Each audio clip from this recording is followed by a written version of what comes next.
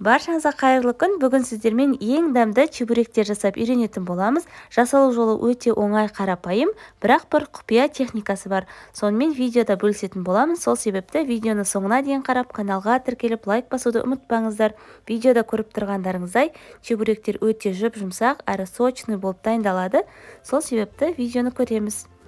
Шұңғыл ыдысқа ұнымызды салып, сары майымызды құйып, яғни сұйық майымызды, шамалы шым-шым тұзымызды салып, шанышқының көмегімен біріктіріп араластырып аламыз.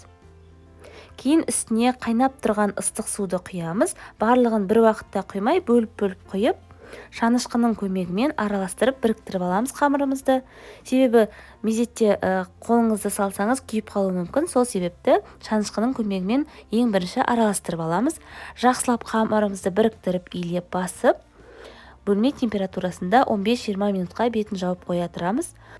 Ендігі кезекте салмасын дайындаймыз. Менде тартылған ет, пияз, өз қалауыңыз бойынша картоп та қоссаңыз болады. Тұз бұрыштарыңызды салып араластырып, үстіне шамалы бөлме температурасындағы су құямыз. Осы су құю арқылы чебуректеріңіздің іші сочный болып пісетін болады. Жақсылап араластырып дайындап аламыз. Ендігі кезекте қамырын жаямыз. Мен қамырларды 20 граммға бөлемін. Себебі мен шағын чебуректер жасағанды ұнатамын. Егер де сіз үлкен чебурек дайындағыңыз келсе, 40 граммға бөлсеңіз болады.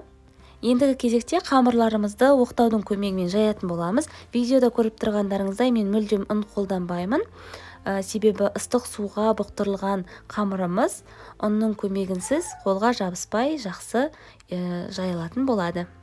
Жайылған қамырымыздың үстіне салмамызды салып, видеода көрсетілгендей қолымыздың көмегімен жақсылап басамыз. Кейін шанышқының көмегімен жақсылап бір басып өтеміз, ашылып кетпеске жақсы.